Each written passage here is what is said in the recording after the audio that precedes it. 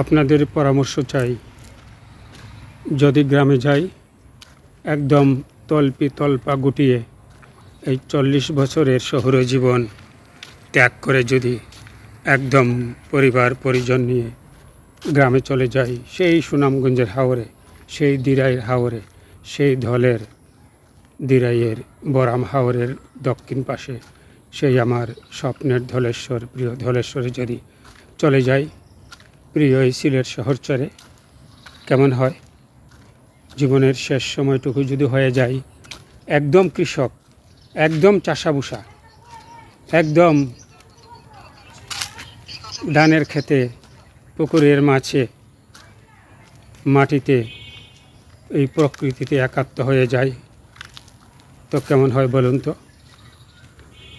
আমার নাতিকে নিয়ে, এখন তো দাদা হয়ে গেছি, আমার নাতিকে যদি মাটির মানুষ বানিয়ে দেই, আমার নাতিকে যদি মাটির মানুষ বানিয়ে মাটিকে ভালোবাসা শিখিয়ে গ্রামের পরিবেশে থেকে অর্গানিক বা সম্পূর্ণ প্রাকৃতিক খাবার খেয়ে তাকে গড়ে তোলার চেষ্টা করি, তারপর বড় হবার পর এসএসসি পাস করার পর যদি শহরে পাঠাই, তো কেমন হয়? আমাদের তো সৌভাগ্য হয়েছে 10টি বছর একটানা গ্রামে থেকে ক্লাস 1 থেকে 10 পর্যন্ত পড়ার, প্রকৃতির খাবার খেয়ে, মাছ, পুকুরের মাছ, হাওরের মাছ, নদীর মাছ খেয়ে, অর্গানিক বলতে যা বোঝায় 100% প্রাকৃতিক,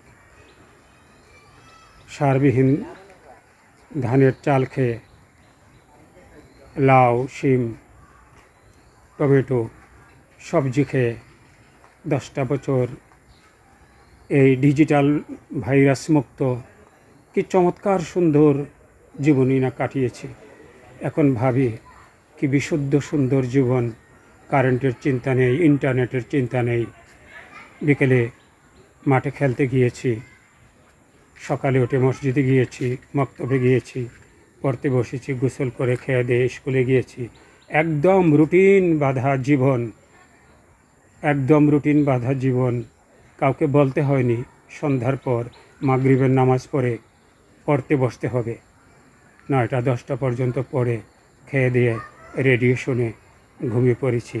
রেডিও বাংলাদেশ, ঢাকা, সিলেট, আকাশবাণী কলকাতা, একটু যখন বড় হই 19 বিবিসি শুনেছি, উত্তরণ রেডিও ম্যাগাজিন শুনেছি। কি চমৎকার! সকালে সকালে কোরআন তেলাওয়াত শুনেছি রেডিওতে, কোরআনের অনুবাদ শুনেছি। বছরে একবার বার্ষিক জলসা হয়েছে, মাইক এসেছে, মাইকের ডাকাডাকি, সারা রাত ব্যাপী মাইকের ওয়াজ শুনেছি মুগ্ধ হয়ে।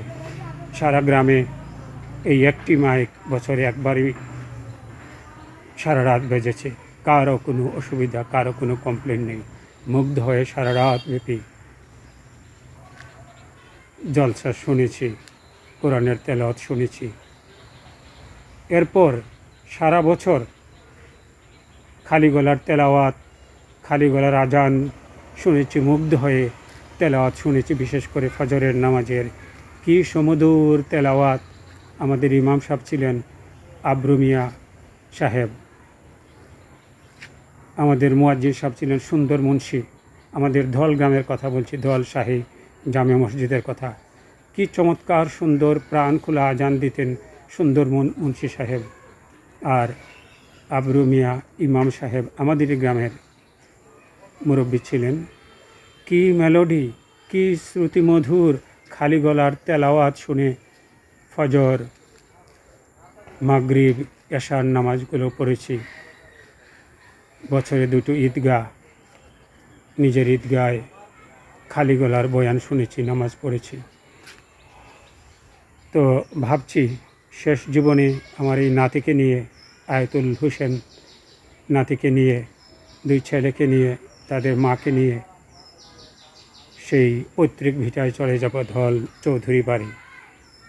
আমার বড় ভাইজান গ্রামে কাটিয়েছেন, পেনশনে আসার পর সরকারি চাকরি করতেন, শহরে এসে গেছেন। তারা বলছেন গ্রামে যাও, এখন ধান কিনা লাগবে না, পুকুরের দিকে একটু নজর দিলে বাড়ির সামনের পিছনের খালি জায়গাটুকু থেকে একটু নজর দিলে মাছ সবজি কিছুই কিনা লাগবে না। তো নিয়ত করেছি আমরা পারিবারিকভাবে এই সিলেট শহরের এই আমার পরিবার আমরা একমত হয়েছি, আমরা গ্রামে চলে যাব। আপনারা কি বলেন? আপনাদের পরামর্শ চাই। ধন্যবাদ। আসসালামু আলাইকুম ওয়া রাহমাতুল্লাহি ওয়া বারাকাতুহু।